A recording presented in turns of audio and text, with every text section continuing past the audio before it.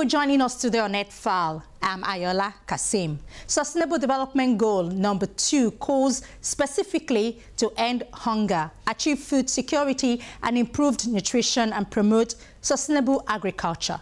The first target for this goal set by the United Nations is to end hunger and ensure access by all, in particular the poor and people in vulnerable situations, including infants, to safe, nutritious and sufficient food all year round. Unfortunately, new figures from the United Nations International Children's Fund states that no fewer than 600,000 children below the age of 5 are malnourished, and this figure is just from one state in Nigeria. Investing in agricultural sector can address not only hunger and malnutrition, but also other challenges, including poverty. The way forward in the sector is our focus today on NetFile. Do stay with us. Modern agriculture has achieved much over the past century. While the global population has grown from less than 3 billion people in 1950 to more than 7 billion people today, global levels of hunger have not followed this trend, remaining largely constant over the same period. Some 795 million people in the world do not have enough food to lead a healthy, active life. Around 3/4 live in rural areas and are overwhelmingly dependent on agriculture for their food and livelihoods. Sub-Saharan Africa is the region with the highest prevalence of hunger. 1 person in 4 within the region is undernourished. Overwhelmingly dependent on agriculture for their food, these people have no alternative source of income or employment. As a result, they are vulnerable to crisis. Many migrate to cities in their search for employment, swelling the ever-expanding populations of shantytowns in developing countries. The Food and Agricultural Organization calculates that around half of the world's hungry people are from smallholder farming communities, surviving off marginal lands prone to natural disasters like drought or flood. Another 20% belong to landless families dependent on farming, and about 10% live in communities whose livelihoods depend on herding, fishing, or forest resources. The World Food Programme says the world produces enough food to the entire global population of 7 billion people, yet 1 person in 8 on the planet goes to bed hungry each night. In some countries, 1 in 3 is underweight. So why does hunger exist? There are many reasons, and they are all interconnected. However, lack of investment in agriculture in many developing countries is a major reason. The lack of key agricultural infrastructure, such as enough roads, warehouses, and irrigation, results in high transport costs, lack of storage facilities, and unreliable water supplies. All conspire to limit agricultural yields and access to food. The Food and Agricultural Organization estimates that an additional investment of $83 billion will be needed annually to close the gap between what low and medium-income countries have invested each year over the last decade and what is needed by 2050. In other words, yearly investment in agriculture needs to rise by more than 50%.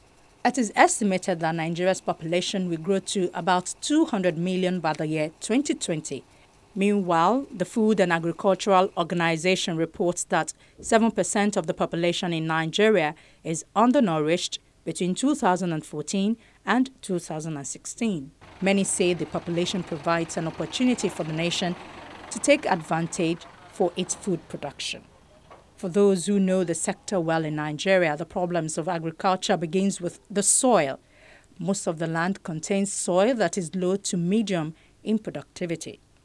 We now have a system where we've just finished developing and publishing what we now call the geoecological map of Nigeria. Information which up to now wasn't available, where the would-be farmer can tell himself or herself that what you want to grow here won't grow there because the soil you have won't stand that crop. But if you must use it, you have to blend your fertilizer and input in such a way that there are balances in the soil nutrients which you need. There are 16 nutrients in the soil, macro and micro. Now, if any of these is short, you don't expect a good yield. You have to work harder on seeds. So the yield per hectare quadruples, and you can match what they do elsewhere. If you're doing onions in Yemen, you expect 120 tons. In Nigeria here, you're barely lucky. You're lucky if you do get a bare 10 tons of onions per hectare. Why is that so? Your cows yield 1 liter of milk per day. Cows in other countries, in some countries, are going as far as 60 liters per cow per day. Why? So these are things we have to look back at. And we have the means and the personnel to change the situation.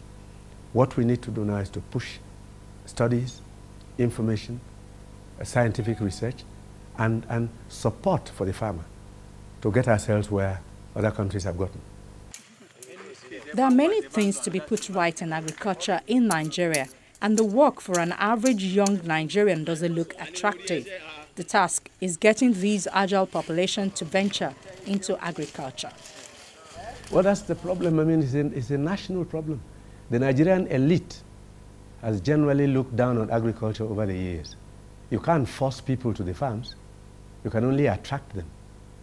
There will be a massive youth incentive program in agriculture which we're going to start.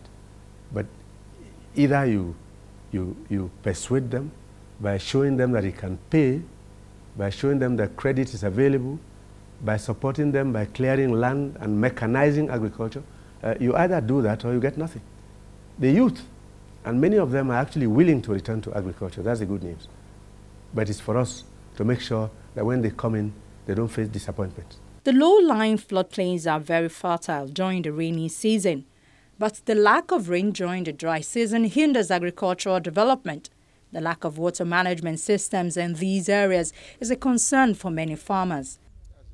By adding irrigation canals and access roads to these areas, yearly production yields are expected to increase.